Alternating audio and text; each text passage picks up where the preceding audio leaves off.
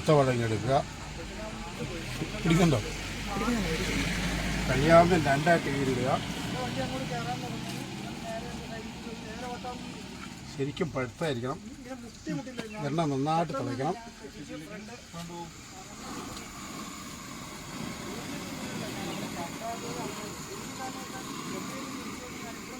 ശകലം മൈദ, മഞ്ഞപ്പൊടി, അരിപ്പൊടി ടേസ്റ്റ് കൂടും. ശകലം ലേശം കടലമാവ് ഇടാൻ നല്ലതായിരിക്കും. പിന്നെ പൊടി പഞ്ചസാര ഇടാൻ നല്ലതായിരിക്കും. പഞ്ചസാര പൊടിച്ച്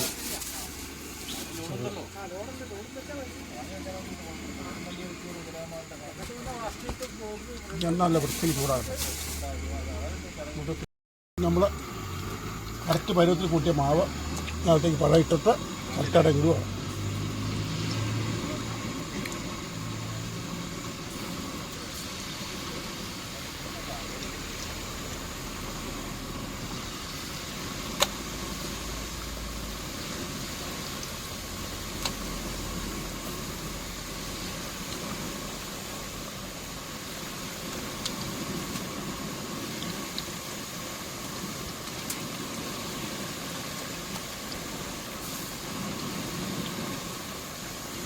എണ്ണയിൽ മുങ്ങി കിടക്കണം അല്ലേ?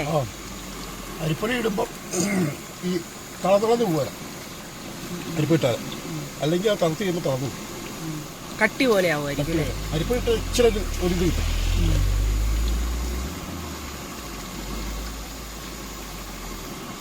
എത്ര ഭാഗം ഓക്കെ ശരിക്കും വേകട്ടെ.